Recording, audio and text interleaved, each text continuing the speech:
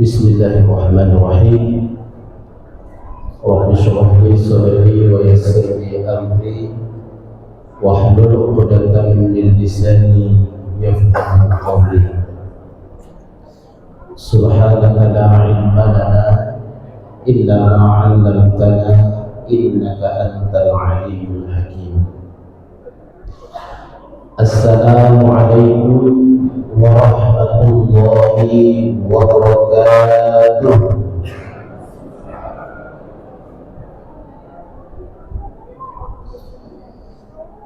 Alhamdulillahilladzi 'allama al-insana ma lam ya'lam,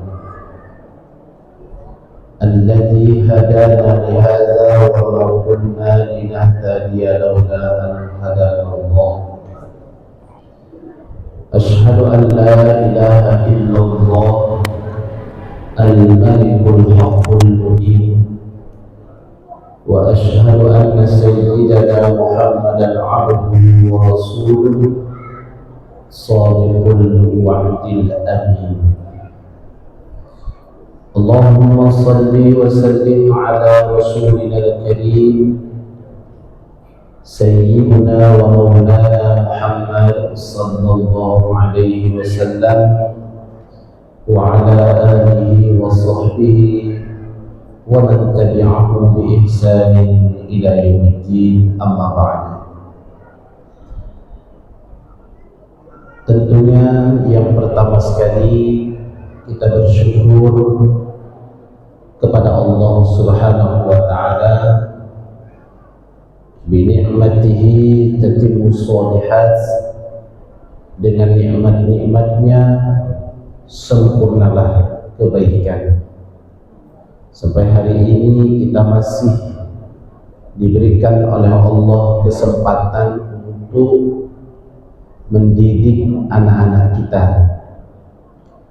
diberikan waktu, diberikan kekuatan, diberikan kemampuan oleh Allah untuk menjadi seorang ayah yang baik di hadapan anak-anak kita, menjadi seorang ibu yang diidolakan dan diharapkan selalu sentuhan kasih sayang oleh anak-anak kita. Dan itu adalah kebaikan yang luar biasa. Tanpa nikmat Allah tidak akan mungkin tugas seorang ayah, tugas seorang ibu bisa kita laksanakan dengan baik. Bi'idnillahi tatimmu sholihat, dengan izin Allah pula insyaallah sempurnalah tugas-tugas kita sebagai seorang ayah, seorang ibu, untuk menjadikan anak kita ini anak yang solih dan solihah. Bahkan berharap kita dari anak kita yang solih dan solihah ini ayat muda bisa menjadi muslihun. Dalam Al-Quran itu ada satu golongan yang Allah sebutkan dengan kelompok al-muslihun. Bahkan kehadiran al-muslihun dalam kehidupan bisa menyelamatkan orang lain. Di saat Allah ingin menurunkan azabnya ke muka bumi karena kemaksiatan, kejahatan dari manusia,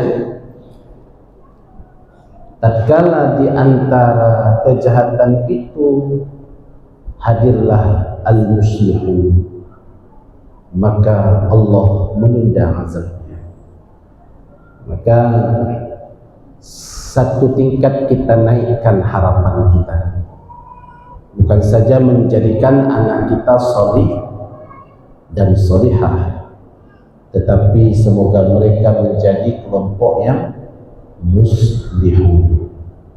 Insyaallah inilah yang akan kita bahas nanti lewat program yang sudah disusun direncanakan oleh sekolah ini, Tarhibur Ramadan, persiapan bagaimana untuk beribadah di bulan suci Ramadan.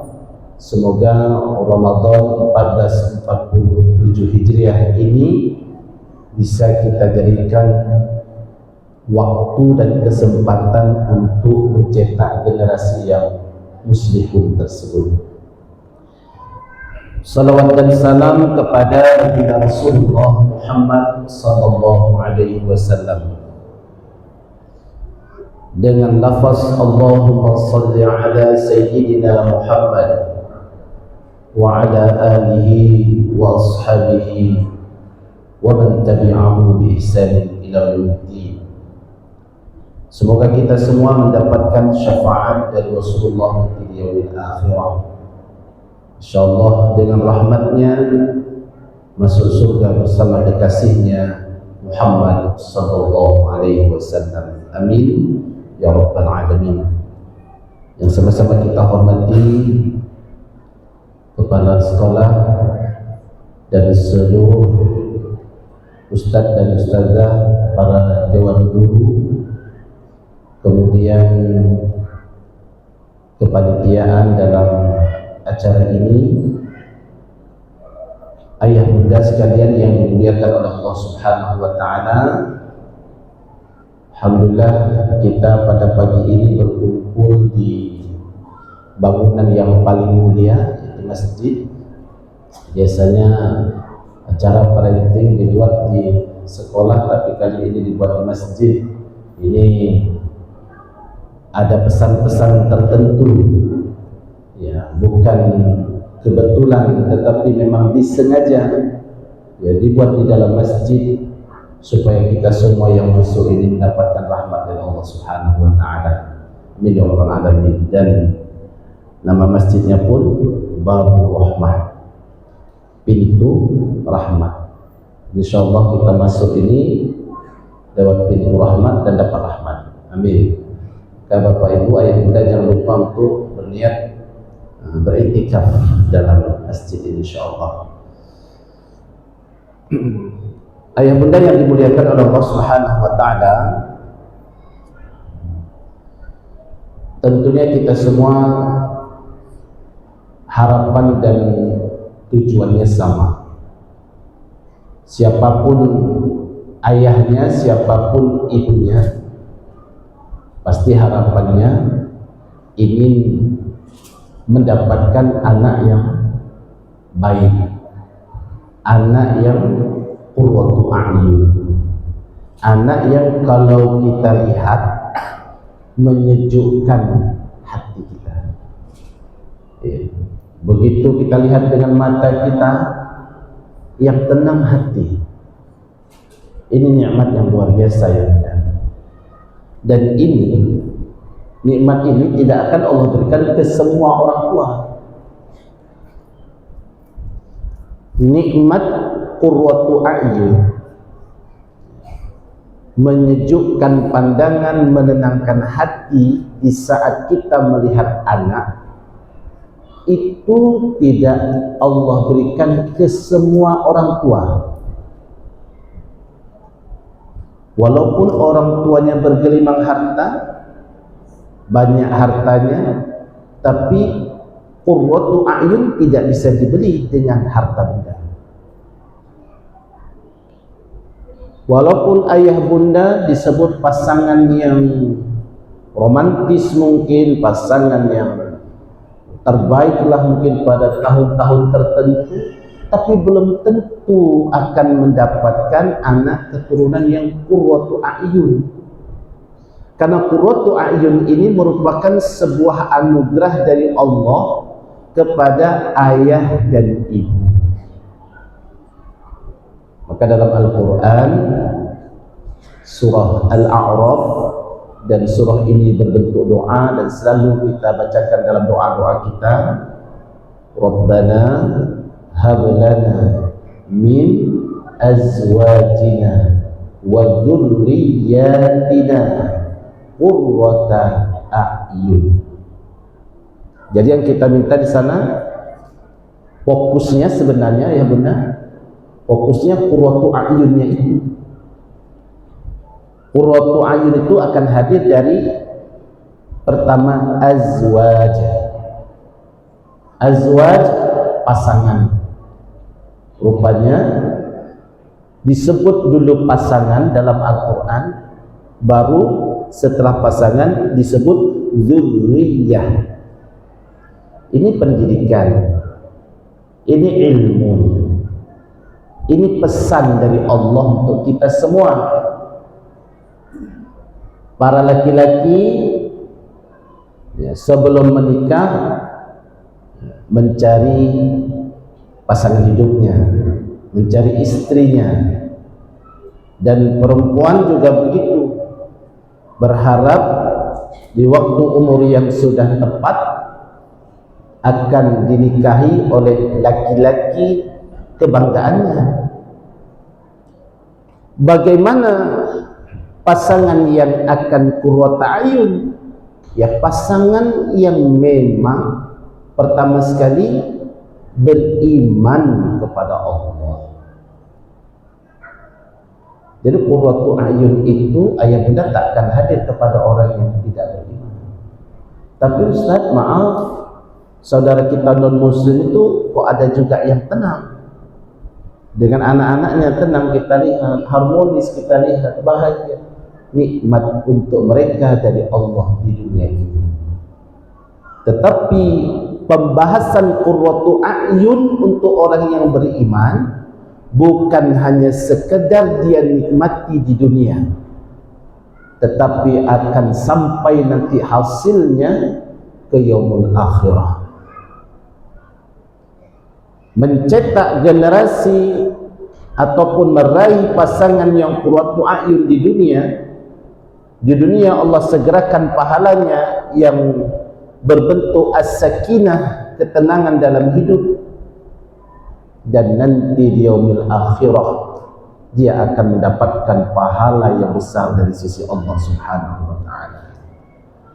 Jadi ayah bunda, doa Rabbana hab lana min azwajina wa dzurriyyatina qurrata a'yun, ini kalau saya pribadi ini wajib kita baca di setiap doa kita. Ayah ada baca doa ini setiap berdoa? Ada ya?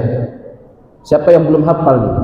Ada ayah yang belum hafal doa Rabbana hab lana min azwajina wa dzurriyyatina qurrata a'yun waj'alna lil muttaqina imama. Ini kita sebagai ayah, kita sebagai ibu ini wajib baca doa ini. Jadi kalau berdoa jangan hanya ya Allah luaskan rezekiku ya Allah, naikkan jabatanku ke level yang lebih mapan. Kalau udah naik jabatan mau ngapain?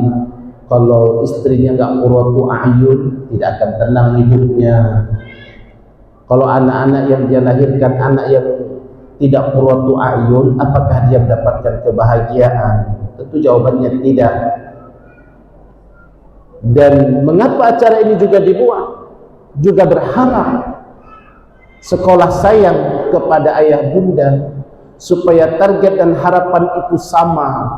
Ramadan yang sebentar lagi bersama kita jadikan sebagai bulan untuk penempahan, penguatan ibadah untuk anak-anak kita. Tapi ingat, ketika Allah berfirman, Allah tidak sebutkan dulu anaknya. Hari ini kita sibuk bagaimana menempah anak kita, menjadikan anak kita beriman, menjadikan anak kita anak yang mendirikan salat. Padahal yang disebutkan dalam Al-Quran pertama sekali azwaj. Azwaj itu apa? Pasangan. Siapa yang berpasangan? Ayah, bunda, suami, istri. Gimana anak akan menjadikan dirinya orang yang tenang di hadapan ayah bundanya kalau ayahnya tidak pernah menghadirkan ketenangan bagi anaknya, kalau ibunya tidak pernah mendatangkan ketenangan untuk anaknya? Dia ni PR besar. Ini tugas kita nih, selain mencari nafkah. Sungguh hasil kerja kita hari ini dan mungkin belasan tahun yang akan datang akan kita nikmati di saat kita ini tua. Bahkan di saat kita sulit, di umur-umur kita yang tersisa beberapa tahun lagi, mungkin kita mendengar, kita mendapatkan anak kita yang membacakan doa untuk kita. Bahkan dahsyatnya, meninggal ayahnya, anaknya tampil menjadi imam solat jenazah ayah atau ibunya. Setiap solat dia berdoa, Rabbighfirli wali walidayya warhamhuma kama rabbayani shaghira. Masya Allah. Itu kebahagiaan yang akan kita petik nanti. Kalau mau mendapatkan demikian, maka berjuanglah sekarang. Jangan menyia-nyiakan waktu. Karena Allah bersumpah atas nama waktu. Setiap perputaran waktu Allah bersumpah. Ketika kita di malam hari, Allah bersumpah demi waktu malam. Wal-laili idza yaghsha. Demi waktu malam ketika datang gelapnya. Begitu datang waktu subuh, waktu pagi, Allah bersumpah lagi demi waktu pagi. Was-subhi idza tanaffas. Datang waktu duha, wad-duha. Ketika siang hadir, wan-nahari idza tajalla. Ketika sampai waktu sore, Allah bersumpah wal asri. Ternyata di setiap perputaran waktu itu ada sumpahnya Allah. Pembelajaran untuk kita supaya kita sebagai orang tua khususnya tidak menyia-nyiakan waktu untuk mendidik anak kita. Dan didikan yang terbaik adalah didikan Islami. Kalau sudah disebut didikan Islami, berarti didikan Islami itu berdasarkan Al-Quran. Dan sekolah ini kan basicnya adalah Al-Quran. Maka diharapkan anak kita ini menjadi generasi yang Qur'ani. Insya Allah generasi yang Qur'ani tidak akan celaka hidupnya, tidak akan sengsara hidupnya dari dunia sampai ke yaumul akhirah. Yakin ayah bunda sekalian. Ada seorang wali santri bertanya, di saat dia bingung untuk menentukan anaknya ini melanjutkan sekolahnya, ini Ustadz mohonlah saran. Saya berkeinginan memasukkan anak saya ke sekolah ini. Maaf tidak kita sebutkan nama sekolahnya, tapi sekolah umum. Karena saya berharap dia ini menguasai ini. Tapi mamanya mau melanjutkan dia ini ke sekolah pesantren. Tapi saya agak ragu, tamat pesantren itu mau jadi apa? Tamat pesantren itu bisanya apa? Apalagi pesantren yang saran dari mamanya itu pesantren khusus hafal Quran, nggak ada belajar lain-lain, cuma hafal Quran aja. Saya agak ragu nanti masa depannya mau apa yang bisa dia lakukan. Saya hanya katakan, Bapak yakin dengan Al-Quran? Yakin. Ada keraguan dengan Al-Quran? Oh tidak, Zalikal kitabu la raiba fihi hudan lil muttaqin. Ini adalah kitab Al-Quran. Kalau kita pahami qawaid tulisannya, Allah berfirman dengan Ismul isyarah dzalik. Dzalika. Apa makna dzalika? Itu. Itu isyarah untuk yang jauh. Kalau ayah bunda ditanya sama anak, "Mak, mana mak HP-nya?" Kalau HP-nya jauh, ayah bunda bilang, "Itu nah." Berarti makna itu HP jauh dari kita. Kalau HP-nya dekat, ini dekat. Al-Quran secara tertulis ayatnya di ayat kedua surah Al-Baqarah, "Dzalikal kitab." Kalau orang yang enggak memahami dan tidak mempelajari tafsir Quran, dia hanya mengartikan secara harfiah saja, maka dia akan artikan itu kitab Al-Quran. Padahal di semua kitab tafsir, zalika ay bi makna hadza. Zalika yang artinya itu bermakna apa? Hadza. Apa arti hadza? Ini. Zalikal kitab artinya ini kitab Al-Quran. Allah seolah-olah memberikan sebuah petunjuk yang sangat dekat kepada kita. Ini kitab Al-Quran. Dan kata ini, kata ulama, lebih harmonis. Maknanya lebih harmonis, lebih dengan kedekatan kepada hambanya. Ini kitab Al-Quran, seolah-olah Al-Quran ini hadiah untuk umat yang terbaik, umat Nabi Muhammad sallallahu alaihi wasallam. Ini kitab Al-Quran, la raiba fih, tidak boleh ada keraguan di dalamnya. Hudan lil muttaqin, petunjuk bagi orang yang bertakwa. Maka ya bunda, yakinlah kalau kita dekat dengan Al-Quran, insyaallah sukses. Sukses dunia dan akhirat. Sampai hari ini ayah bunda, ada enggak orang yang penghafal Quran terlantar hidupnya? Ada? Enggak ada ya? Atau kalau ayah bunda ada yang tahu, boleh kasih tahu ya? Bunda ada yang mengenal penghafal Quran hidupnya terlantar? Tidak ada.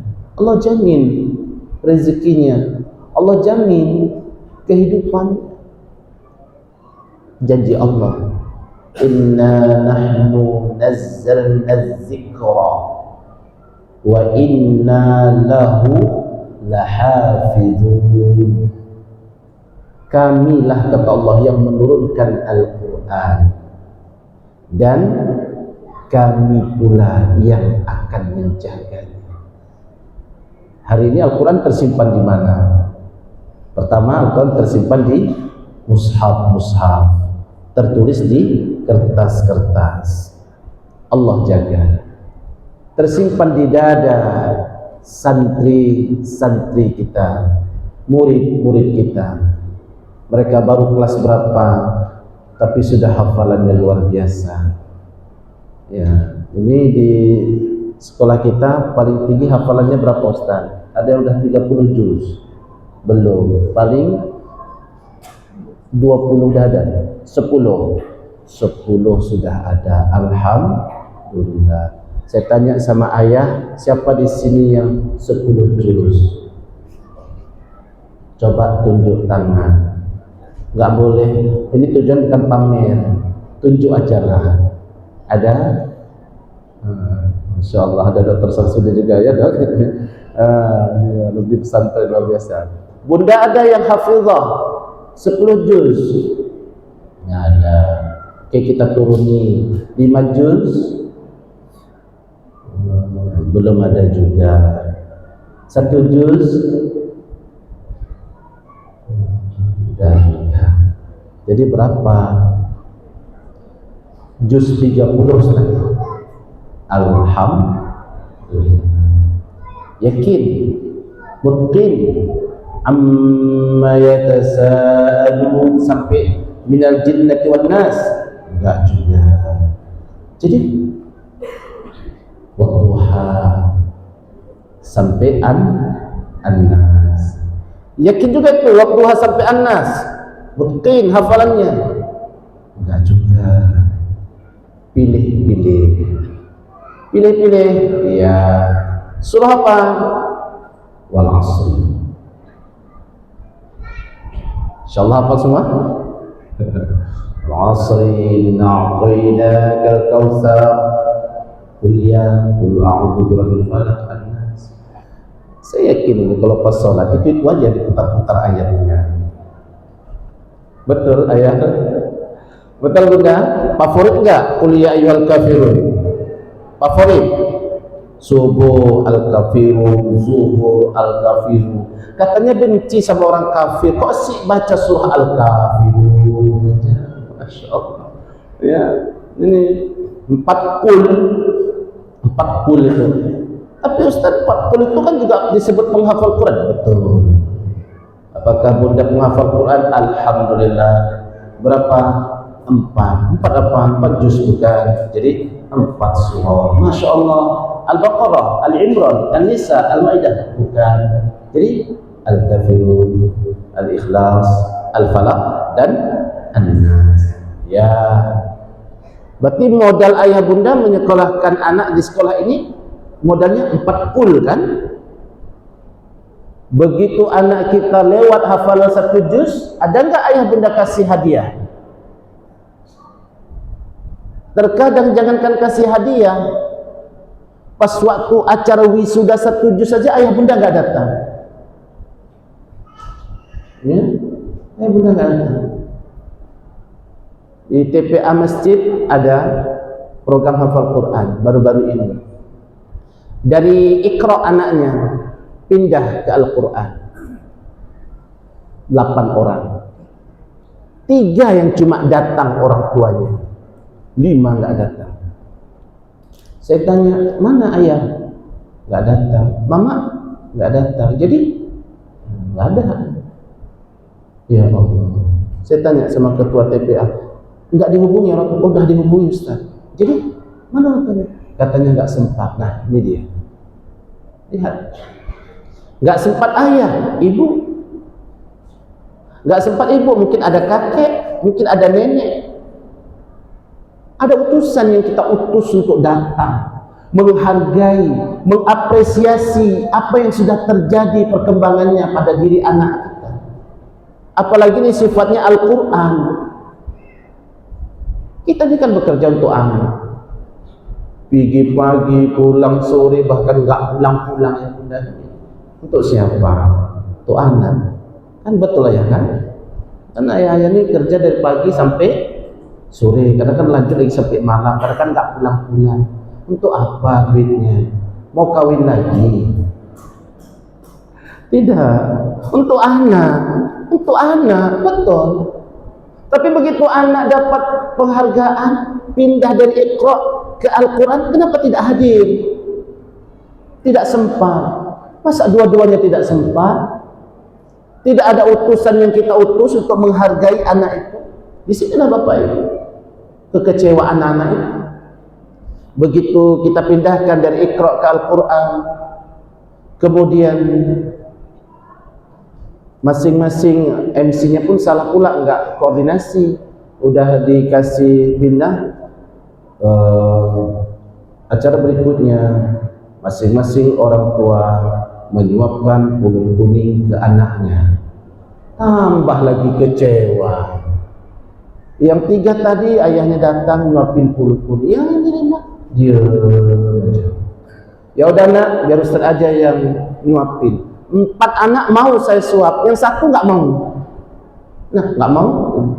Makan nggak mau. Nggak mau dia. Dia kenapa nggak mau? Nggak ada ayamnya. Rupanya pulutnya pulut kuning. Pulut kuning pakai inti. Lepas si anak saya berpikir, ini kenapa? Apa tangan saya? Nah, ini Ustaz tangannya udah cuci, nggak mau disuap pakai tangan, pakai sendok, nggak mau dia. Kenapa? Nggak ada ayam. Ayolah, karena nggak hadir orang tua, kita nggak tahu informasi anak. Maka ayah bunda apapun, undangan dari sekolah wajib hadir. Datang. Jangan bosan-bosan. Ini dukungan, keberhasilan. Apapun yang kita inginkan itu akan berhasil kalau ada dukungan dari beberapa pihak untuk anak kita.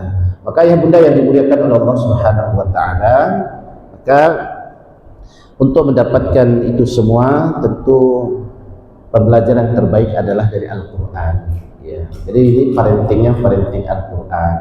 Kalau parenting itu kan ada parenting bermacam ragamnya, tapi ini parenting Al-Quran. Maka yang bunda boleh kita lihat hari ini bagaimana Allah mengajarkan kita sebagai ayah, sebagai ibu untuk mendidik anak kita supaya rajin beribadah kepada Allah, menguatkan anak kita untuk beribadah kepada Allah. Penguatannya ada di bulan suci Ramadan. Al-Quran surah Luqman kita buka hari ini. Yang pertama sekali surah Luqman ayat ke-17 ya. InsyaAllah nanti kalau sempat lanjut ke 18, lanjut ke 19. Luar biasa surah Luqman ini mengajarkan kita. InsyaAllah kalau kita ikuti langkah-langkahnya berhasil. Ustaz, saya sudah lakukan langkah-langkah itu tapi nggak berhasil. Bersabar ya, bersabar. Saya sudah coba Ustaz, semua sudah coba tapi anak saya tidak jadi juga. Takdir ya, takdir itu kan terjadi di akhir baru kita tahu itu takdir. Contoh bunda naik sepeda motor, kaca spion dah doa nih, udah gini, udah bagus, pakai helm, ban bagus, rem mantap, jatuh juga. Apa bunda bilang? Takdir. Tapi kalau bannya udah kempes tetap dinaiki, salah sendiri. Ya kan? Nah begitu. Sakit, berobat, keliling, Langsa, Medan, Banda Aceh, Jakarta, Surabaya, Penang, Singapura, Amerika, semua ada. Ujung-ujungnya mati. Baru kita sebut apa? Takdir. Tapi sakit, enggak mau berobat, berobatlah. Kalau Allah mengizinkan aku sembuh, sembuhnya. Nah ini salah, karena kita wajib untuk berusaha. Itu yang mudah sekalian. Baik, bismillahirrahmanirrahim. Ya bunayya aqimus shalah. Lihat bagaimana Al-Quran mengajarkan kita sebagai orang tua. Satu, jangan pernah memanggil anak kita dengan panggilan jelek. Itu dulu. Kalau ingin membangun komunikasi yang bagus dengan anak, pantang mulut orang tua mengatakan yang jelek untuk anak. Jangan sekali-sekali manggil yang jelek-jelek untuk anak. Walaupun dia hitam, jangan kita panggil black. Kadang-kadang kan ada anaknya hitam, sini black. Ayahnya nggak sadar, ayahnya lebih black. Ini nggak boleh itu. Black. Minta maaf kalau dia agak pesek lagi. Selalu panggil pembulian jasadiah itu ya, nauzubillah, jangan, nggak boleh. Panggil yang terbaik. Makanya memanggil anak itu kan pakai nama. Wajib bagi kita itu membaguskan nama anak kita. Jangan sembarangan buat nama. Tapi yang udah terjadi udahlah, macam mana lagi? Kalau nama anak kita nama yang aneh-aneh kita buat. Bahkan ada niru-niru orang Yahudi. Ya, maaf, katanya benci sama Israel, Yahudi laknatullah. Tapi pas buat nama anak, maaf ini, pas buat nama anak dibuatnya namanya David. Dia tidak tahu David itu sejarahnya dari mana, penamaannya dari mana. Coba dikaji ulang dulu. Ya, buat nama itu yang bagus-bagus. Kayak contohnya Ahmad Asy'ari, kan bagus. Ya, ya, ya. Memang harus bangga dengan nama sendiri. Iya, harus bangga. Ahmad itu artinya terpuji. Mudah-mudahan, insyaallah dengan doa. Asy'ari itu ulama tauhid. Ya. Abu Musa al-Asy'ari. Jadi dari situ memang sejarahnya itu ada sejarah. Ini Gunawan, bukan Gunung. Kok bisa Gunung namamu? Iya, pas mama lahir ayah lagi kerja di gunung. Sembarangan, baguskan nama anak kita. Mau anaknya kayak Nabi, buat nama-nama Nabi. Yusuf kan bagus, Yusuf. Ya. Apalagi Sulaiman. Tapi dalam 5 tahun belakangan ini, ayah bunda, saya ngabsen anak-anak. Jarang kali nama anak sekarang nama Nabi. Jarang. Tahap apa namanya agak berat kita nyebut kali. Apalagi yang perempuan, Masya Allah, sampai terkilir lidah kita bacain namanya. Payah. Tahap apa namanya? Apa susah-susah buat nama? Fatimah. Kenapa engkau buatkan nama anak buah Fatimah? Semoga dia seperti siapa? Fatimah bintu Rasulullah. Nah, kan ada doanya. Kenapa engkau buatkan namanya Khadijah? Ini jadul. Ini zaman dulu ini enggak. Nanti malu dia dipanggil di kelas Khadijah, malu.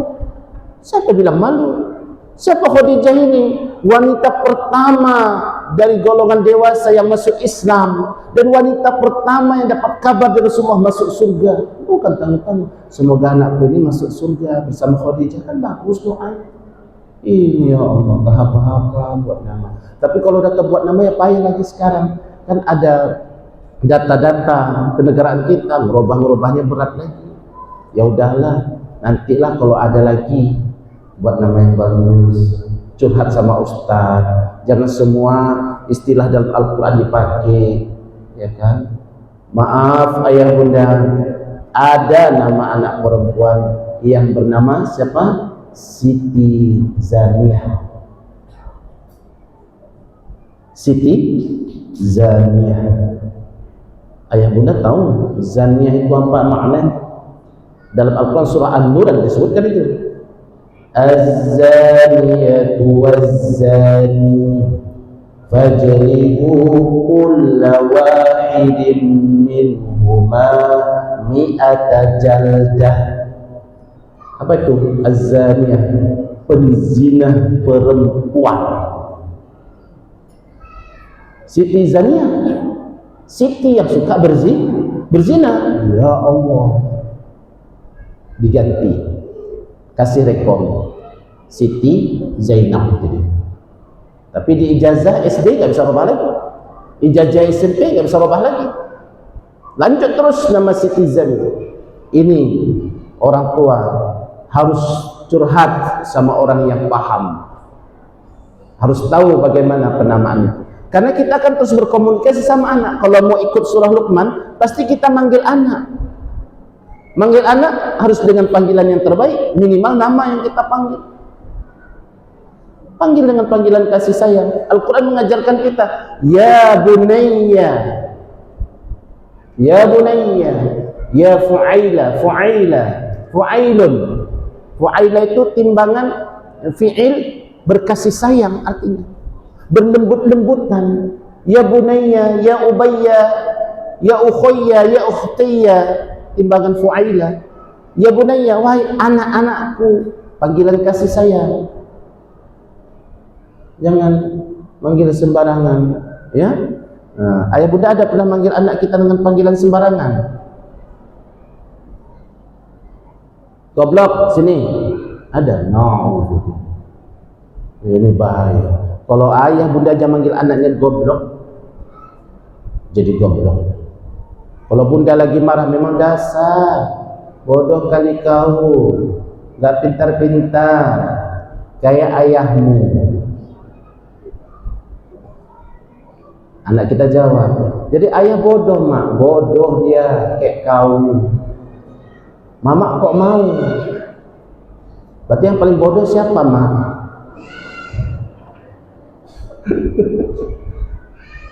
Yang paling bodoh kan orang yang mau sama orang bodoh. Maka jangan pernah memanggil anak kita bodoh kali, jadi dia nggak tahu. Kan begitu, jangan. Ya Allah ya Rahman. Memang kadang-kadang kita kan di luar ekspektasi anak kita itu. Kita berharap anak kita juara 1, kita yang benar, oh juara 1. Begitu kita dapat juara berapa? Ustaz, anak saya alhamdulillah dapat juara. Sebutkanlah ranking keberapa. Alhamdulillah Pak, tahun ini anak Bapak dapat ranking ke-23. Alhamdulillah, senang saya masih dapat ranking. Jumlah santrinya di kelas berapa? 23. Belum. Berarti anak saya terakhir. Syukur masih ada dapat juara. Gurunya sudah mencoba untuk menghibur. Ayah bunda merepek di rumah. Dapat juara 23. Habis duit ayah, habis duit mama. Capek ayah ngantar tiap pagi, mama berdasteran ngantar tiap pagi. Dapat juara 23. Ngapain? Merepek. Dia nggak tahu dari juara 23 itu mungkin akan hadir nanti benih-benih kesolihannya di masa yang akan datang. Wallahu a'lam. Karena ketaatan itu yang beda, tidak terkait dengan ranking, tidak terkait dengan juara. Ini maaf ya, bukan saya membelakangkan kata-kata juara. Saya pun dulu mantan juara juga, kan gitu. Tapi tidak ada kaitannya. Anak yang nggak dapat juara pun bisa kok jadi anak yang solih dan solihah. Tapi bagaimana dekatkan dia dengan Al-Quran? Didik dia dengan Al-Quran, yakin, seyakin-yakinnya. Maka sampaikan kepada anak kita dengan panggilan yang terbaik. Wahai anakku, nak, sini sayang. Buah hati ayah, buah hati mama, sini. Ya, sini. Anak yang keras saja bisa kita lembutkan ayah bunda dengan sentuhan. Alhamdulillah lembut dia. Apalagi anak kita, darah daging kita, bisa ajak komunikasi yang bagus. Pentingkah kita berkomunikasi sama? Wajib, penting. Nabi Ibrahim alaihissalam berkomunikasi dengan Ismail dengan perkara besar. Apa perkara besar pada saat itu? Ibrahim akan menyembelih Ismail. Itu perkara besar. Belum ada kisah, belum ada cerita sebelum Nabi Ibrahim ayah menyembelih anaknya, belum ada. Baru terjadi kepada Ibrahim dan Ismail. Apakah Ibrahim langsung menyembelih Ismail? Tidak. Dalam Al-Quran surah As-Saffat dikatakan kisah Ibrahim mengajak bicara anak. Ya. Fabasyarnahu bigulamin hadid. Kami berikan kabar gembira kepadamu wahai Ibrahim, akan datang anak yang amat sangat sabar. Falamma balagha ma'ahu as-sa'ya qala ya bunayya inni ara fil manam anni adbahuka fanzur madza tara qala ya abati if'al ma tu'mar satajiduni insya'allah minas sabirin. Ini adalah gambaran komunikasi ayah dengan anak dalam perkara besar, perkara menyembelih. Falamma balagha ma'ahu sa'ya qala ya bunayya inni ara fil manam, wahai anakku, ayah nengok dalam mimpi, anni azbahu, sesungguhnya aku menyembelihmu. Ini kesempatan orang tua memberikan waktu bagi anak berdiskusi. Fanzur madza tara, wahai anakku, kasih pendapat. Jawaban dari anak yang luar biasa. Apa dia katakan? Qala ya abati if'al ma tu'mar, wahai ayahku, lakukan apa yang diperintahkan. Satajiduni insyaallah minas sabirin, kau akan dapatkan aku bersama orang yang sabar. Luar biasa. Makanya kita diskusi sama anak kita di perkara-perkara tertentu. Kalau anak ayah bunda tamat dari SD ini mau kemana, anak minta ke sini, ayah bunda minta, diskusi. Maaf, jangan memaksa anak dengan tanda kutip di luar dari kemampuannya, dan jangan sekali-kali membuang anak ke pesantren. Ini banyak ayah bunda buang anak ke pesantren. Mak, ini kita masukkan dia ke pesantren. Pusing aku kepala menengok dia. Aku pun sama ya. Pesantren yang jauh aja ya. Biar dia gak balik-balik. Oke. Udah capek kali kita didiknya kan. tapi mahal ya nggak apa-apa, lebih bagus keluar duit daripada nengok muka dia tiap hari. Ya Allah ya Rahman. Masukkan dia ke pesantren, dah di pesantren jadi beban orang lain, jadi beban guru, jadi beban sekolah. Begitu diskusi ke orang tua, ayah bunda ini anak nggak bisa lagi di pesantren, dengan catatan kasus yang udah luar biasa. Peringatan 1 sudah, peringatan 2 udah, peringatan 3 udah, di peringatan keempat dikeluarkan. Oh jangan Ustadz, jangan dikeluarkan, biarkan aja dia di situ. Tapi anak ayah bunda nggak mengapa-ngapain, biarin aja dia nggak mengapa-ngapain. Dia mau di pesantren aja udah luar biasa itu. Loh, jadi nggak ada harapan apa-apa? Nggak ada. Yang penting dia 6 tahun di pesantren. Mana tahu nanti 6 tahun ada baiknya. Kami pun udah pusing di rumah. Loh, this is a big problem. Inilah masalah besar. Kalau orang tua udah nyerah didik anak, apa yang terjadi? Kita panggil seorang anak bermasalah di sekolahnya, panggil, datang mamanya, udah bolak-balik dengan masalah, panggil, datang mamanya. Begitu kita tanyakan, ibu, bagaimana solusinya? Saya nggak ada solusi lagi pak, terserah bapak, mau pecat-pecat, mau bapak apa terserah. Ini dengar ya pak, dan dengar kau, katanya, bilangkan anaknya udah kau, bukan lagi nama, apa dia bilang? Sekiranya engkau pulang sekolah nanti ditabrak truk, mama ikhlas. Itu pernah saya hadapi pak, orang tua seperti itu. Apa dia berkatakan mama itu? Kalau pulang nanti pak, dia ditabrak truk, saya ikhlas. Terkejut saya. Si anak pun begitu, saya tengok, anak pun angkat wajah dan nengok mamanya. Pak, mama aku nggak salah ngomong. Saya bilang, bunda, nggak boleh gitu, nggak bisa lagi pak. Semua habis di rumah, tabung gas habis dijual, semua habis pak. Matang yang ada keluar habis, memang nggak bisa tuh.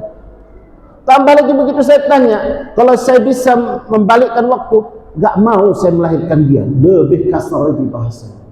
Saya bilang, udah bu, silahkan kita bubar aja dari pertemuan ini, udah nggak ada solusi, udah selesai, nggak ada solusi.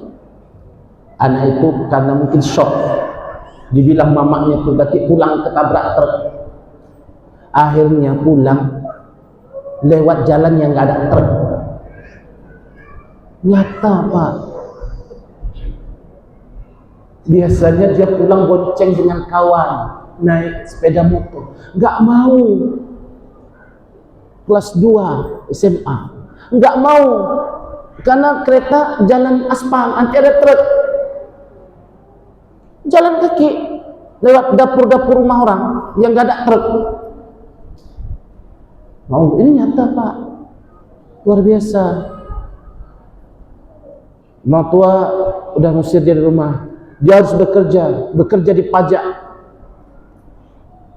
Jam 3 tutup jualan dia itu, jam 4 baru pulang ke rumah, tidur, maka selalu terlambat ya, selalu terlambat. Dan kami udah paham terlambat itu memang karena pekerjaan. Kita sebagai orang yang nggak melahirkan ya mengakui itu, tapi nggak pernah kita panggil orang tua sampailah dia tamat. InsyaAllah, qadarullah, jadilah orang dia sukses. Dia bekerja, banyak duitnya. Banyak duit pak. Dia bantulah adiknya. Dia bantu adiknya. Bantu adiknya, sekolahkan adiknya, sekolah. Nah orang tua tadi dah mulai berbalik ini. Orang tua dah nggak ingat kalimat dulu, pernah mencaci anaknya, pernah mencela anaknya. Apa dia katakan? Kalau pulang sekolah ditabrak truk pun ikhlas. Nah di saat anaknya sudah mulai membantu adiknya, udah mulai bangga dengan si abang. Iya, walaupun dulu dia jahat-jahat di SMA, capek dulu kami didik dia.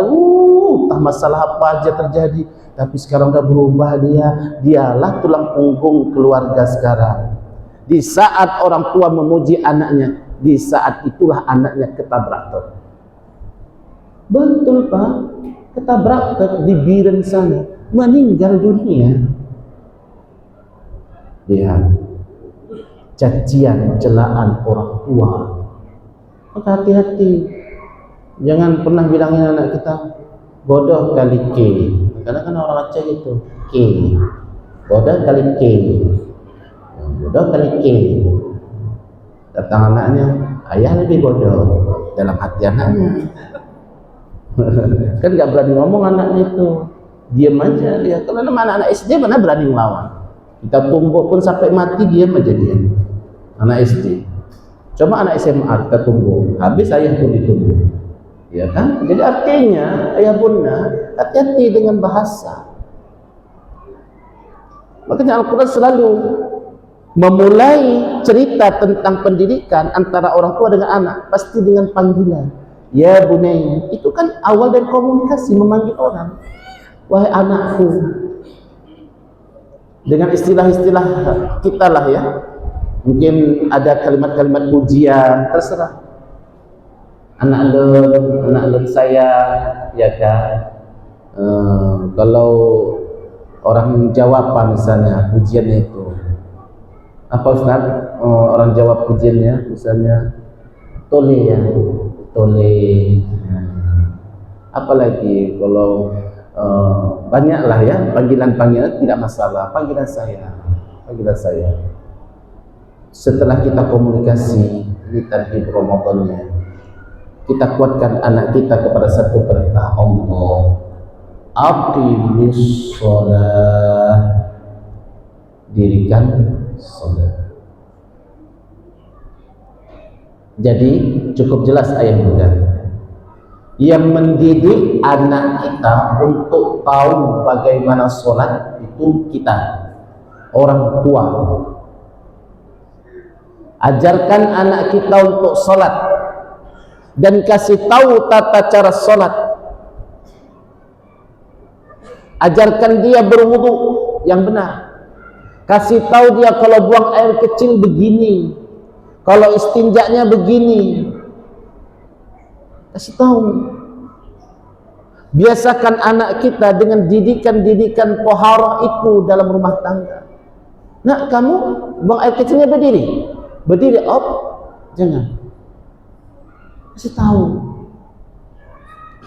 Tapi untuk ngasih tahu itu kan harus kita dulu. Nah, kamu tadi buang air kecil berdiri. Kok berdiri? Ya ayah pun kemarin kan berdiri. Oh iya ya. Kok tahu?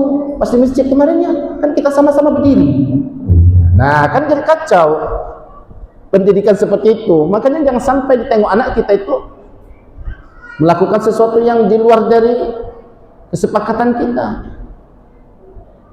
Makanya pantang kali kalau ayah bunda berantem di depan anak, berdebat di depan anak. Saya udah ngajar di sekolah dari tahun 2003 yang lalu sampai hari ini masih guru.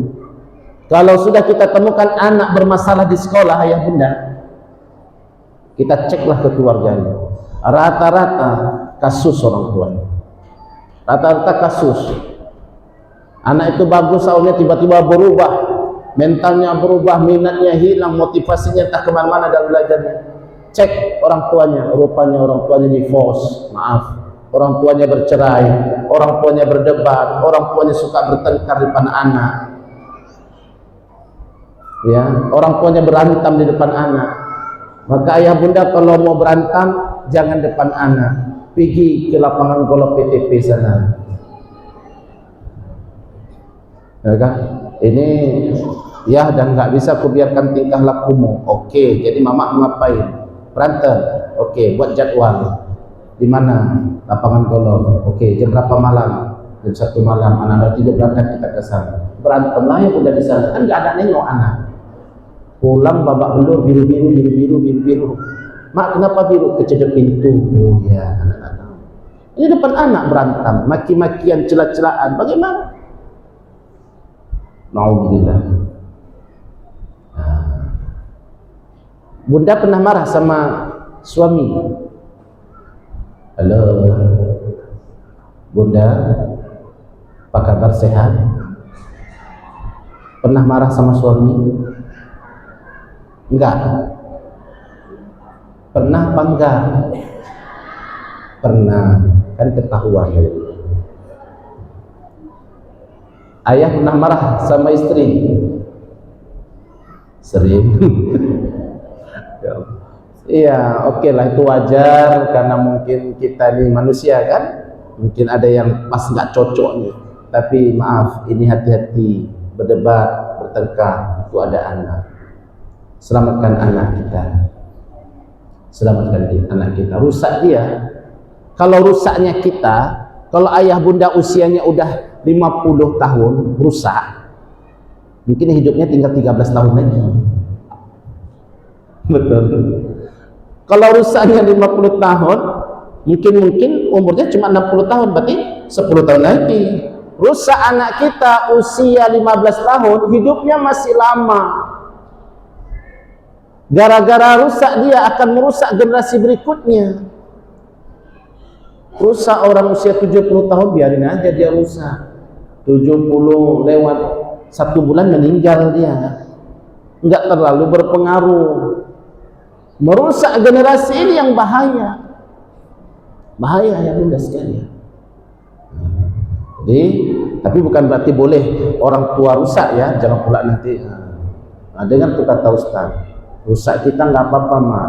Usia mama udah 60, ayah udah 65, nggak apa-apa. Yang penting anak jangan rusak. Ya tidak bisa, kalau rusak kita juga akan rusak anak kan begitu. Ya bunda yang dimuliakan oleh Allah Subhanahu wa taala. Baik. Salat pesankan kepada anak, dan inilah yang didoakan oleh Nabi Ibrahim. Masya Allah, luar biasa Nabi Ibrahim. Semoga nanti kita bertemu dengan Nabi Ibrahim dalam surga. Amin ya rabbal alamin. Apa doa Nabi Ibrahim? Rabbi ja'alni muqimas salati wa min dzurriyyati. Luar biasa. Kalau kita pahami lagi kaidah hurufnya itu, ya Allah, Nabi Ibrahim itu berdoa lintas generasi. Nabi Ibrahim bukan mendoakan Ismail saja, bukan mendoakan Ishak saja, bukan. Tapi Ibrahim mendoakan keturunan sampai ke bawah, bahkan sampai kita. Rabbi ja'alni, ya Allah, jadikan aku, kata Nabi Ibrahim, muqimas salah, yang mendirikan salat, wa min dzurriyyati, dan begitu juga untuk keturunanku. Makanya ayah bunda, untuk perkara salat ini kita jangan main-main ya. Memang harus kita kuatkan anak kita untuk salat. Untuk salat. Udah salat nggak? Sudah. Udah salat? Belum. Salat. Tegas. Udah salat nak? Belum. Salat. Marah ayah. Terus mamanya, jangan marah-marahlah sama anak, kata si ibu. Jangan kayak gitu, jangan keras-keras sekali. Mungkin dia masih ngantuk, capek. Cuman nak, salat nak, subuh nih ngantuk mah. Oh ya udah, kalau subuh nih ngantuk, maghrib salat ya. Ada canda itu, musibah naudzubillah. Jangan sampai sinkron suami istri. Jadi anak nggak bisa lari kemana saja. Mama, ayah itu marah-marah gara-gara saya nggak sholat. Lari ke mama, lari ke mama, lari ke mama. Mama cukup jempol sama ini. Kan ibu itu untuk mendamaikan dunia cukup ini sama ini pak, sama ini. Damailah dunia. Dia diputarnya ininya sama ini 90 derajat. Dia mana ya? Mak di bonbon mak, udah mama bilang tadi kan, kalau ngikut dia pembunuh berdarah dia. Tapi berhasil ibu itu. Kalau kita bapak-bapak mana bisa ya? Ya makanya kalau yang suka melanggar konsekuen itu kan kita. Ya. Jangan makan bonbon, nanti giginya rusak, kata ibu. Ya begitu sama ayah, ya belilah bonbonnya. Tapi kata mamamu rusak gigi. Lah sedikit aja ya, oke lah. Tapi jangan bilang ayah nanti beli ya. Ya, jadi depan mamamu kau telan terus. Sekongkol sama ayahnya. Ya Allah ya Rahman, ini bahaya nih.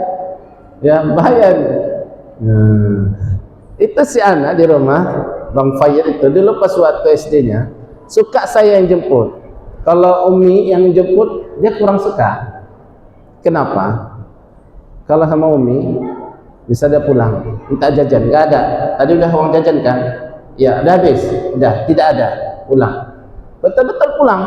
Tapi kalau sama kita jajan lah, nggak ada. Jajan lah, nggak ada. Jajan. Ya udah, mau beli apa? Itu kita ayah. Makanya kalau ditanya mungkin anak-anak kita ini suka dijemput sama ayah. Karena kita ini nggak mau repot, Pak. Kalau mama itu, bertahan dia. Bertahan betul. Itulah ibu, betul kan Bunda? Bertahan. Betul. Tidur siang kata ibu. Betul tidur anak itu. Ya. Dan kita bilang nggak usah kayak gitulah. Kalau anda nggak mau tidur ya biar aja katanya. Nggak bisa, sinkron, kita dukung. Jangan berbeda pendapat dalam mendidik anak. Makanya musyawarah dulu, cocokkan dulu. Maka itu dari kembali ke doa Rabbana hab lana min azwajina. Itu dia, cocok, sinkron. Jangan suami ke barat, istri ke timur, anak keliling-keliling, ya nggak dapat. Cocokkan dulu. Mau kemana nih anak kita bawa nih? Mau ke arah mana ini? Musyawarah dulu. Nih Bapak Ibu yang dimuliakan oleh Allah, aqimis shalah, dirikan salat. Bahkan Rasulullah menyuruh kita gimana ya Bunda? Suruhlah anakmu salat di usia 7 tahun. Pukul dia di usia 10 tahun. Ayah udah pukul anak yang nggak sholat di usia 10 tahun. Udah pukul? Udah ya? Kalau dia nggak mau sholat usia 10 tahun, pukul. Tapi janganlah pukulnya berlebihan, mentang-mentang dia terbuang ini. Anak usia 10 tahun nggak mau sholat, miring wajah anak. Itu bukti. Nanti di akhirat jangan kau tuntut aku sebagai ayahmu. Tidak begitu dalam Islam. Pukul itu pukul torban tarbiyatan, pukulan yang mendidik. Ayah bunda yang dimuliakan oleh Allah, jangan pula terbalik, di usia 10 tahun enggak kita pukul, begitu usia 30 tahun baru kita pukul. Ini Ustaz, anak saya nggak mau sholat, udah saya pukul usia 30 tahun. Melawan dia Ustaz. Ya memang layak dia melawan. Kenapa? Usia 30 tahun. Maka suruh anak kita untuk sholat. Fenomena di masjid. Fenomena masjid. Ini kan ayah-ayah banyak bawa anak ke masjid. Bawa anak ke masjid. Begitu di masjid, mulailah anaknya buat masalah. Ya. Nah, ayah bunda, makanya sepanjang jalan kita berikan nasihat. Nah, itu masjid tempat ibadah, jangan recok, jangan ribut, jangan main bola, jangan kau sepak peci temanmu. Awas ya, kalau ada ribut-ribut, kamu anak ayah hukum. Kita kasih dulu ancaman. Ya, ibu pun begitu. Yang kecil kali jangan dibawa ke masjid. Masih kecil kali, masih 2 tahun. Masih merangkak, belum bisa jalan pun. Bawa ya anakmu pergi sholat, kata si mama. Jadi mama, aku mau tidur dulu. Kesempatan istri tidur. Ini yang layak dibawa ke masjid itu usia berapa? Minimal usia 7 tahun, bisa dididik. 2 tahun dibawa ke masjid, bahaya. Pernah itu ayah bunda pergi ke masjid anak kecil kali. Samping itu memang saya depan ayah itu. Ya Allah ya Allah. Ayahnya itu pakai sarung. Masuklah anak itu ke dalam sarung ayahnya. Nyata itu memang. Karena saya tengok sendiri memang masuk anak itu ke dalam sarung ayahnya. Di saat ayahnya ruku, anak masih dalam sarung. Jadi ayahnya mau sujud gimana? Akhirnya bingung ayahnya. Mundur dia, angkatnya anak keluar dari masjid. Pulang mungkin. Karena anaknya belum bisa diajak komunikasi, belum tahu apa itu sholat. Kalau yang masih kecil didik di rumah, udah bisa komunikasi, bawa ke masjid, diperkenalkan, dikasih tahu. Tuh ayah bunda yang diberikan oleh Allah. Kemudian Didik anak kita juga untuk peduli sosial. Wa'mur bil ma'ruf wanha 'anil munkar. Suruh anakmu untuk mengajak orang berbuat baik dan mencegah orang lain dalam berbuat kemungkaran. Berarti peduli sosial. Peduli sosial. Berarti anak kita harus kita ajarkan peduli sosial. Maka salah ayah bunda kalau kita mengatakan, "Nak, jangan urus orang lain." Sebenarnya itu salah. Jangan urus orang lain. Yang penting kamu. Gak usah peduli kawan. Yang penting kamu. Tidak bisa. Jadikan anak kita orang yang peduli dengan lingkungannya. Sosial.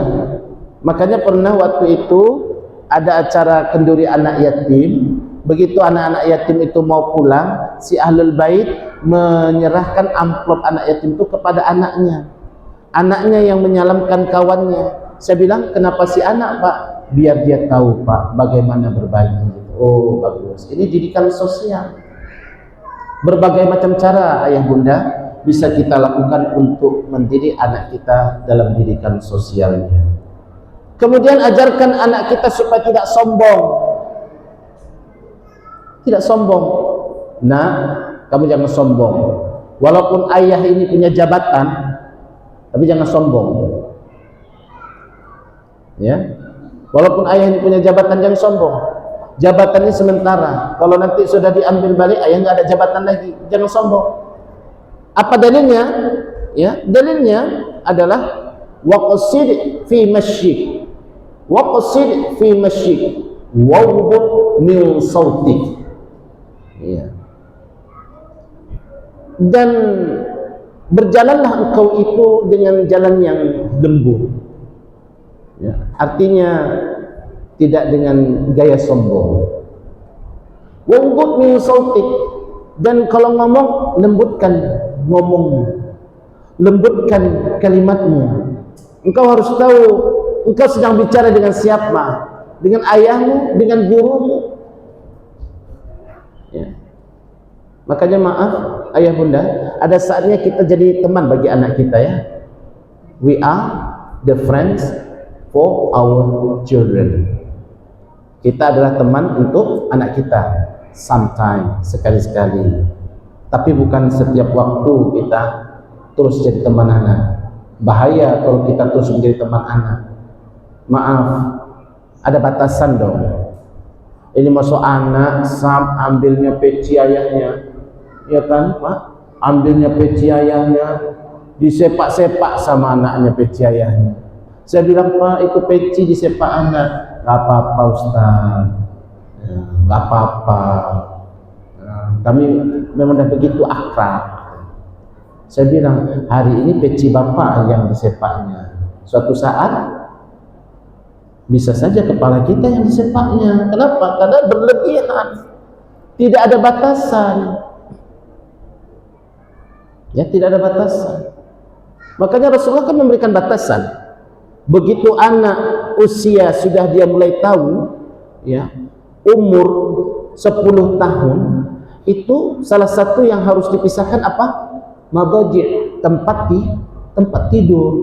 Itu kan batasan berarti. Begitu anak 10 tahun, maaf, pisah kita tidurnya. Berarti kan Islam mengajarkan bagaimana batasan anak dengan orang tuanya. Ada sesuatu yang tidak boleh dia ketahui, ada sesuatu yang tidak boleh dia lihat. Dikasih batasan. Walaupun kita dengan anak tidak punya batasan pada pembahasan lain. Ayah bunda yang dimuliakan oleh Allah Subhanahu wa taala. Bercanda, bersenda gurau dengan ayah ada batasnya. Kadang-kadang anak kita bercanda, kok jelek kali ayah. Ayah kok jelek kali mak. Ya, iya memang ayahmu kayak gitu jelek. Ya, mama kok cantik. Iya, syukurlah mak aku ikut mama ganteng. Kau ikut ayah kayak gitu ya Allah gimana? Ini kan kalimat yang berbahaya, di luar batas loh. Kalau sesuatu sudah di luar batas ini akan membahayakan keluarga kita. Maka kasih batasan. Walaupun kita dekat dengan anak, kasih batasan. Maka insyaallah ya bunda, lewat pertemuan ini kita akan mampu nanti memberikan penguatan ibadah untuk anak kita di bulan suci Ramadan, sehingga terbiasa untuk melakukan ya amalan-amalan sholih, sehingga dengan amalan-amalan sholih itu akan menjadikan sebuah didikan akhlakul karimah untuk anak-anak kita. Nah, ayah bunda yang dimuliakan oleh Allah Subhanahu wa taala, di bulan Ramadan nanti, walaupun mungkin ini masih tingkat SD ya, tapi didikan untuk puasa tentu wajib kita laksanakan. Ya, kan kalau kelas 6 SD itu usia berapa tahun ya, kurang lebih usia 11 tahun. Usia 11 tahun mungkin itulah yang paling tuanya. 11 tahun, ada 10 tahun ya. Tapi mungkin belum sampai kepada baligh ya.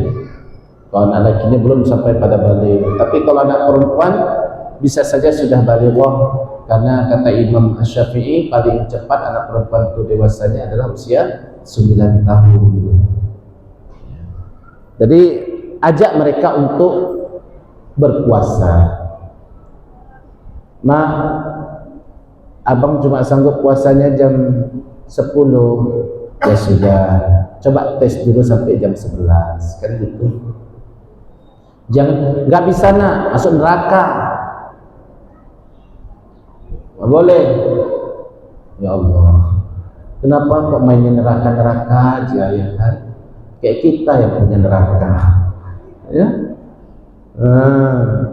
Jam berapa mampu nak puasa? Jam 9. Ya udah, coba tes jam 10, naikkan 1 jam. Itu yang pernah saya baca dalam buku bagaimana mendidik anak dalam berpuasa itu. Seperti itu rupanya triknya. Anak minta jam 9, tapi kan kita setuju jam 9, coba jam 10.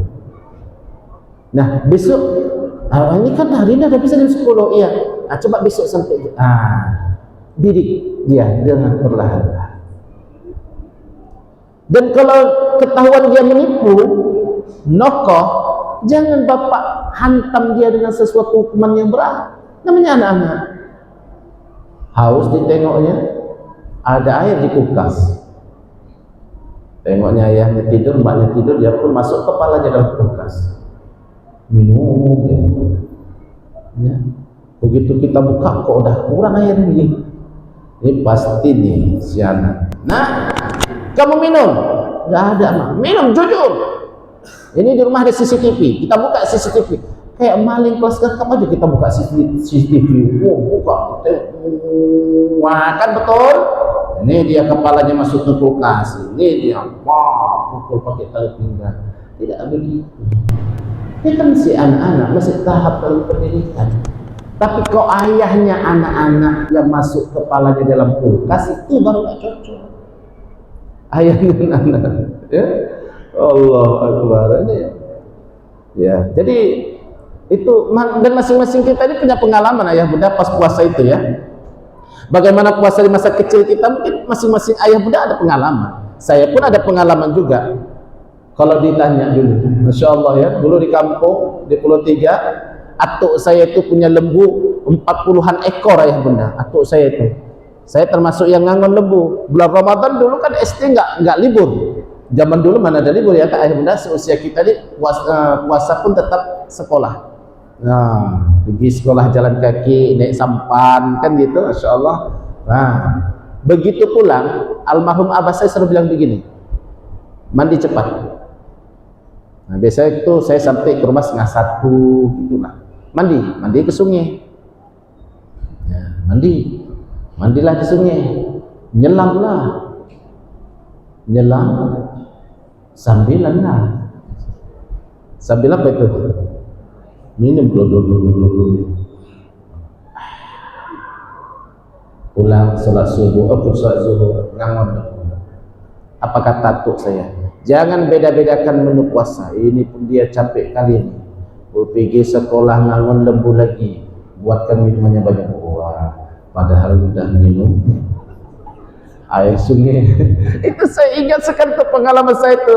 Ya Allah, kelas berapa SD ya? Saya pernah gak ingat kecil Masya Allah. Teringat saya, teringat sekali. Tapi kalau saya ingat-ingat sekarang, abah saya itu pasti tahu perbuatan kami itu. Abah almarhum itu pasti tahu. Pasti orang tua ada pengalaman lah. Pergi sekolah, pulang sekolah lemas. Mau mandi pun lemes-lemes. Masa siap mandi udah kuat? Orang tua kan pasti curiga. Tapi orang tua tidak mempermasalahkan itu. Tapi cukup saya bilang begini, ya almarhum abah bilang gini, nanti kalau angon lembu jangan nokoh-nokoh, jangan makan-makan apa-apa di sana. Ya di sana memang nggak ada yang lihat, tapi Allah kan maha melihat. Ada sering bilang begitu. Artinya pendidikan bagi kita. Tidak dihajarnya kita, tidak dipukulnya kita, karena dianggapnya kita masih anak-anak, belum tahu. Dan itulah doa anak kepada Allah untuk orang tuanya, supaya Allah memperlakukan orang tua seperti masa kanak-kanak. Rabbighfirli wali walidayya warhamhuma kama rabbayani shaghira. Ada kata-kata shaghir. Kayak bunda dimuliakan Allah, didik anak kita di bulan Ramadan untuk berpuasa, ya. Yang kecil-kecil didik dia pelan-pelan, ya. Kasih hadiah, ya boleh kasih hadiah. Ya.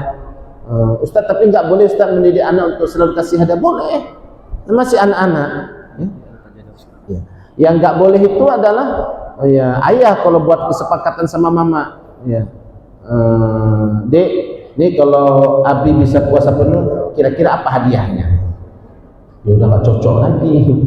Iya, ada hadiah atau nggak ada hadiah wajib puasa. Itu ayah muda yang dimuliakan oleh Allah Subhanahu wa taala.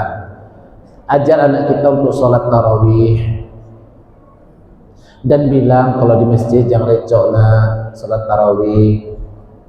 Ya, kasih dia keinginan-keinginan kita. Selalu ayah bunda keinginan kita itu kita sampaikan. Ayah kepinginlah dengar kamu azan di masjid. Akhirnya dia semangat kan untuk belajar azan. Ayah kepinginlah dengar kamu nanti baca Bilal Subhanal Malikil Ma'bud, dan senanglah ayah itu. Akhirnya dia belajar. Kasih keinginan-keinginan. Jangan nanti anak, ya abang kepinginlah jadi azan, mana bisa suaramu jelek kayak gitu. Langsung down, langsung down. Nggak usah buat malu ayah aja. Dia kok kayak gitu lah, nama belajar. Alah nggak usah. Ayah pun tahu diri, suara ayah pun jelek. Kau kan anak ayah, kita sama-sama jeleknya. Jangan, kasih semangat. Kasih semangat. Saya ya bunda, ini pengalaman pribadi sama Bang Fayyad, anak Ahmad Fayyad Al-Khairi namanya. Jadi ketika Nisfu Sya'ban tahun lalu, jadi saya bawa acara. Oh bukan Nisfu Sya'ban, tahun baru Islam, bawa acara di sebuah masjid, zikir bersama. Jadi ketika sholat isya berjamaah, si Bang Fayyad datang, Abi yang sholat isya nanti kami imam. Saya udah langsung dak dikduk, gimana ini, bisa apa enggak nih? Tapi mau saya bilang jangan, takut nanti mematahkan dia. Saya bilang, coba minta izin dulu sama Pak Imam sana. Kalau boleh katanya, silakan. Datang dia Pak, betul datang dia jumpai Pak Imam. Tahap ceritanya, balik lagi, boleh kok. Kata Wawa itu boleh. Betul-betul ya, bagus-bagus. Iya. Wah, dia kan mungkin lagi semangatnya hafal lah. Panjang betul ayat dibacanya. Ingat sekali saya yang dibacanya awal juz 4 itu. Lan tanalul birra hatta tunfiqu mimma tuhibbun. Sampai habis, sampai balik ke lembar berikutnya. Saya di belakang kok enggak ruku-ruku mulai ini kok lama kali. Ya Allah, sedangkan ini ratu-atun. Ya Allah. Panjang bacaannya. Aduh, dah Masya Allah. Jadi artinya ayah bunda dimuliakan oleh Allah Subhanahu Wa Taala. Namun apa begitu pas pula besok kalau imam jangan panjang-panjang kayak gitu, yang pendek-pendek aja. Loh kok kayak itu ya? Jangan panjang kali. Itu orang tua mana sanggup lagi kakinya. Terus tadi ada yang salah kan, ada yang lupa ayat kan, kita bilang iya agak lupa, dikuatkan lagi hafalannya. Jadi ayah bunda yang dimuliakan oleh Allah, terkadang memang ada perbuatan anak itu yang membuat kita agak-agak takut. Kadang-kadang di sekolah kan, Pak, anak bapak ngaji besok dalam acara, jangan, anak saya jangan, nggak bisa deh, nggak bisa. Suruh aja orang lain. Kenapa nggak kita dukung? Mungkin dengan sebab itu nanti dia tampil berani. Azan terbalik pula, hayya 'alal falah. Salah kata nenek di balik layar. Terbalik, anak sopan lah. Udah salah, Pak, ajan lagi. Kita sebagai orang tua jangan langsung menghakim anak, ya wajar namanya anak-anak masih salah. Itu ayah bunda. Jadi bulan Ramadan ayo sama-sama kita didik dulu anak kita mulai dari hal yang terkecil, dari rumah tangga kita, rumah kita masing-masing. Insyaallah suami istri sudah klop, sudah cocok, maka kecocokan ini harus berimbas baik kepada anak-anak. Harmoniskan dulu hubungan kita dengan istri, dengan suami. Nah, ya, dengan suami istri harus harmonis. Ya, kalau berbeda ya pasti berbeda. Jenis kelamin kan berbeda, udah pasti kan. Mana ada yang sama, ya, pasti berbeda. Nah, berbeda. Tetapi kita udah cocok, udah sepakat, maka kebaikan itu harus mengarah kepada anak-anak kita. Ayah bunda sekalian, berhati-hati dengan ancaman-ancaman buruk untuk anak kita di luar sana yang luar biasa hari ini. Ya, bahkan ancaman-ancaman buruk itu tidak bisa juga kita hindarkan dari anak kita. Ya, kecanggihan zaman, teknologi yang semakin modern, tapi kita namanya hidup tidak bisa lepas dari kecanggihan tersebut. Maka tinggallah kita mengawasi, mengarahkan, mengedukasi anak kita untuk hal-hal yang positif. Sampaikan juga apabila melakukan ini akan terjadi hal-hal yang negatif. Insyaallah ya bunda, doa-doa kita itu selalu dikabulkan oleh Allah Subhanahu wa taala. Apalagi doa orang tua kepada anaknya, yakinlah pasti Allah kabulkan. Tidak hari ini, besok. Enggak besok, tepat pada waktu yang terbaik Allah akan kabulkan doa itu. Yakin. Kita sebagai ayah, kita sebagai ibu harus yakin dalam doa kepada Allah untuk anak-anak kita. Yakinlah doa itu tidak ditolak, pasti diterima oleh Allah. Maka jangan bosan untuk mendoakan anak-anak kita.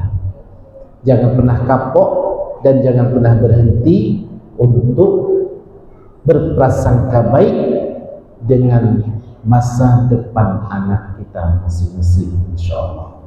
Demikian yang dapat saya sampaikan, mudah-mudahan bermanfaat. Semoga Allah Subhanahu wa taala memberikan kemudahan bagi kita semua dalam mendidik anak-anak kita.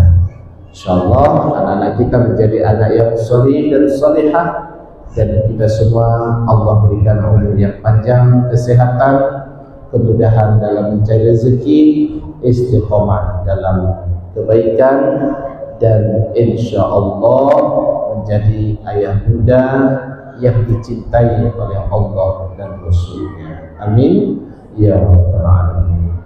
Demikian tausiah yang dapat saya sampaikan, lebih dan kurang mohon maaf. Wabillahi taufiq wal hidayah. Assalamualaikum warahmatullahi wabarakatuh.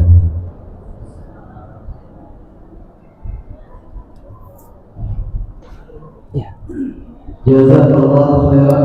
Kami ucapkan kepada Ustaz atas ilmu dan nasihat yang sangat berharga. Semoga ilmu, nasihat, pengingat yang telah kita dengarkan dapat menjadi cahaya dalam menasihati niat memperbaiki amal serta menumbuhkan semangat ibadah kita dalam menyambut bulan suci Ramadan. Hadirin yang dirahmati Allah, sebagai penutup rangkaian kegiatan pada hari ini, kita memasuki sesi tanya jawab kepada bapak atau ibu yang ingin bertanya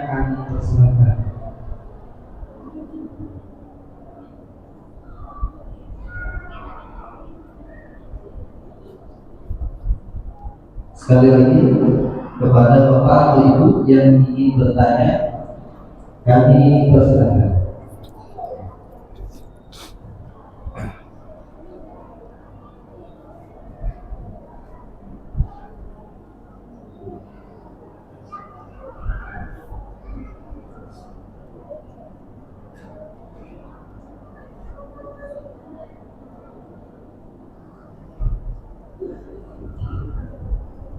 Ada bapak atau ibu yang ingin bertanya? Ini abang ada pertanyaan langsung ke HP saya, tapi nanti kita bahas ya. Boleh yang pertanyaan langsung dulu ya. Ya, silakan Bunda. Siapa yang Bunda ya? Ya.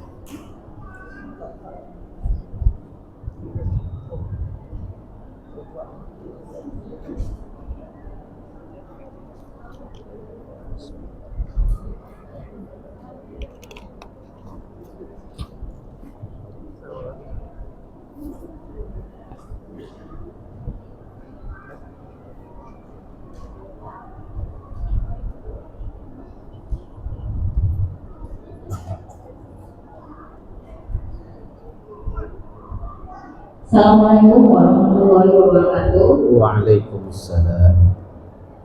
Nama saya Solati. Saya orang tua dari 3 orang anak yang sekolah di SD Pondok Amir Ustaz. Ada anak saya yang nomor 1 itu di pesantren. Nah, yang mau saya tanyakan itu terkait kedisiplinan Ustaz. Karena anak saya ini kan jaraknya dekat, 5 orang jarak itu 2 tahun. Jadi saya dan suami itu sudah membangun disiplin dari anak-anak yang nomor 1. Misalnya untuk jadwal tidur, waktu makan itu sudah kami atur sedemikian rupa sehingga kami tidak kerepotan. Nah, yang mau saya tanyakan, jika saya dan suami sudah mengatur kedisiplinan sedemikian rupa di rumah, tapi ketika anak kami yang paling besar, sekarang kasusnya yang paling besar di pesantren, tetapi ada beberapa aturan dari pesantren ini dari pihak sekolahnya itu harusnya untuk misalnya untuk keseluruhan aturan itu berlaku, tetapi tidak seperti itu. Jadi kadang-kadang ketika kami kunjungan, kami bertanya pada kami selaku orang tua, kenapa yang si A boleh keluar pesantren, kenapa saya tidak boleh keluar dari pesantren? Seperti itu Ustaz. Jadi bagaimana kami menyikapinya? Padahal saya dan suami itu dari rumah sudah menjelaskan ke anak, apapun aturan yang diterapkan oleh pesantren harus kamu ikuti. Seperti itu Ustaz. Jadi saya ingin saya tanyakan, saya dengan wassalamualaikum warahmatullahi wabarakatuh. Waalaikumsalam. Ini lanjut kita jawab terus. Ya, baik. Bismillah. Syukran Ibu. Ya, alhamdulillah. Semoga anak-anaknya menjadi anak yang soleh dan solehah semuanya. Ada 5 tadi anak Bunda ya. Ya, baik. Tinggal lagi bagaimana pesantren itu untuk menjelaskan kepada santri yang terkait supaya tidak timbul kecemburuan sosial istilahnya. Mungkin apa yang disampaikan oleh anak Bunda tadi itu rasa cemburunya, rasa ketidakadilan yang dia dapatkan. Mungkin si fulan kok bisa pulang ya, saya kok nggak bisa pulang. Nah, kan itu seolah-olah rasa ya, unjuk rasa dirinya kepada orang tuanya. Mungkin tugas pertama yang harus dilakukan adalah dari pihak pesantren untuk menjelaskan siapa saja yang boleh pulang, dalam urusan apa, dan bagaimana tata caranya, sehingga anak tidak akan timbul rasa cemburunya. Yang kedua Bunda, dari kita orang tua tetap harus menanamkan pandangan-pandangan yang terbaik untuk anak kita terhadap gurunya, mapel atau mata pelajaran yang sedang dia pelajari, dan pesantrennya. Mengapa? Karena di saat kita sudah bisa menggiring anak kita dengan pandangan terbaik, maka takrim dia akan tetap tumbuh kepada pesantren, dan inilah yang akan menyebabkan anak-anak kita mendapatkan keberkahan ilmu. Nah, jangan sampai kita menunjukkan ya atau mengarahkan, menggiring anak kita kepada pandangan buruk terhadap pesantren. Mak, itu kok si Fulan bisa pulang ya? Oh iya, bisa pulang dia. Iya. Oh, dia nggak betul pesantren ini. Oh, ini mama mau demon ini. Oh, nggak bisa nih dibiarkan begini nih. Kok bisa ya? Kok bisa ya? Nah, akhirnya anak kita terpola dengan pikiran buruk, sedangkan dia masih menuntut ilmu di lembaga tersebut. Ini harus kita jaga supaya dia tetap meraih keberkahan dalam ilmu itu. Kan ilmu itu yang paling penting adalah barokahnya. Ya, banyak ilmu pelajari tapi tidak keberkahan, maka ini akan tidak bermanfaat. Maka dia tidak bisa mengamalkan ilmu karena tidak memiliki nilai barokah. Maka tapi ayah bunda bisa untuk menjelaskan apa yang terjadi, boleh bertanya ke pihak pesantren. Kenapa ya ada sekolah bisa pulang? Ya, ya tidak juga menutup pertanyaan kita ke pihak pesantren. Kenapa si Fulan bisa pulang, Ustaz? Oh, si Fulan ada begini. Oh, kalau begitu bisa pulang. Iya, boleh. Supaya saya tahu aja jelas aturannya. Nah, jadi kita pun tidak ragu-ragu lagi dengan tata tertib pesantren tersebut. Tabayyunnya wajib ada selalu dalam setiap masalah supaya tidak timbul fitnah. Nah, begitu Bunda ya. Baik. Apa yang sudah Bunda terapkan tadi sudah bagus. Kedisiplinan dasar dalam rumah tangga, bangun, sarapan dan lain-lain sebagainya itu diteruskan ya untuk mendidik anak kita supaya disiplin. Baik, abang ini lanjut aja ya, saya bacakan pertanyaan ini. Ada 2 WA yang masuk. Assalamualaikum Ustaz, izin bertanya, ini hari ini yang banyak merusak anak-anak kita ini adalah HP. Gimana caranya untuk menghindarkan anak dengan HP? Aduh, agak berat jawaban ini. Ya, untuk menghindarkan anak kita dengan HP ini memang berat, karena HP ini kalau sekarang udah kebutuhan wajib ya. Bahkan di beberapa sekolah ya HP digunakan untuk alat pembelajaran, media pembelajarannya. Di rumah anak sudah sangat dekat dengan HP. Bahkan ada anak kan kadang-kadang nggak mau makan kalau nggak nengok HP, bahkan dia merajuk kalau tidak nengok HP. Solusinya adalah HP. Ayah bunda, mungkin hari ini kalau kita katakan jangan pakai HP, mungkin tidak bisa karena ini sudah zamannya ya. Tapi tinggal lagi kita mengedukasi, memberitahu pada anaknya tentang HP supaya dia tidak terjebak dalam hal-hal negatif dengan HP itu. Seperti bunda kita tadi bertanya, mungkin perlu dibuat aturan-aturan, kedisiplinan tentang HP. Tapi kalau untuk menjauhkan diri total, meninggalkan HP, sepertinya ini bukan zamannya lagi, ya. Karena anak SMP, anak SMA, ya, bahkan masih SD pun sudah masing-masing difasilitasi oleh orang tuanya dengan HP. Namun walaupun begitu, jikalau ayah bunda punya disiplin-disiplin tertentu dalam rumah tangga dengan HP itu, dan kalau hasilnya baik maka teruskan. Kalau misal selama ini kita berprinsip bahwasanya selagi SD tidak boleh pegang HP dan itu berjalan lancar, maka teruskan. Ya, sampai dia tamat SMA nggak boleh punya HP pribadi, kalau mau HP ayah, HP ibu, dan itu positif, teruskan. Nah, ya. Tapi kalau di saat misalnya sudah berbenturan dengan kebutuhan hidupnya, contoh misalnya dia sekolah, begitu minta jemput harus menghubungi orang tuanya, ini kan sudah kebutuhan, maka tinggal edukasi dengan anak bagaimana penggunaan HP itu, ya. Dan kunci ataupun tanda-tanda anak banyak menyimpan sesuatu rahasia di HP-nya itu adalah dengan banyaknya kunci-kunci yang dia buat di handphone itu. Ya kan, mau buka aja udah pakai kunci, mau buka WA pun pakai kunci, mau buka foto pun pakai kunci, banyak kali kuncinya. Kenapa kamar bunda kunci? Jawab, karena banyak emasnya. Bang, kenapa rumah kita kalau pergi kita kunci? Karena takut kita hilang. Bunda, HP bunda pakai kunci nggak? Pas mau buka ini pakai kunci? Pakai. Kenapa pakai kunci?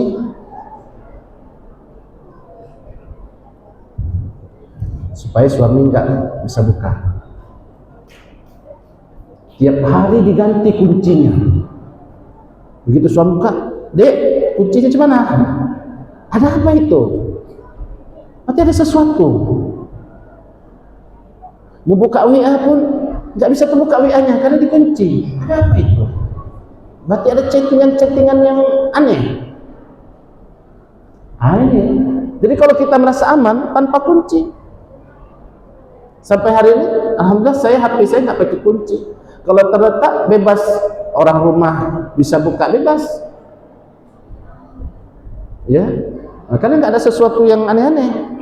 Tapi kalau bapak ada chat sesuatu yang bahaya, ini harus dikunci, ya kan?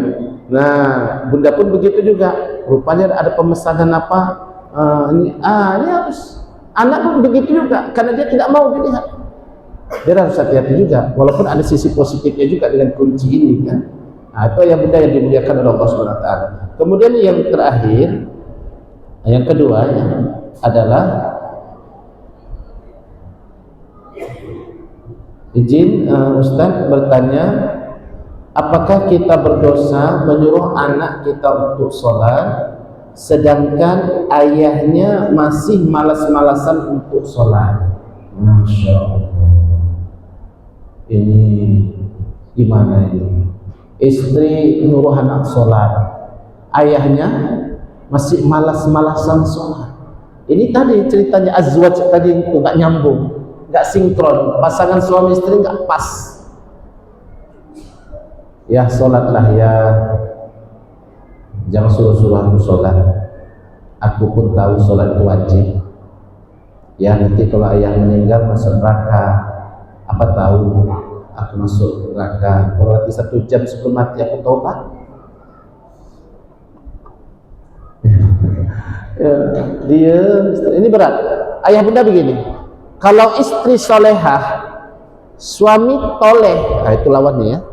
Solehah, istri solehah, istri baik, suami jahat. Kira-kira sulit nggak untuk mendidik anak? Sulit bunda?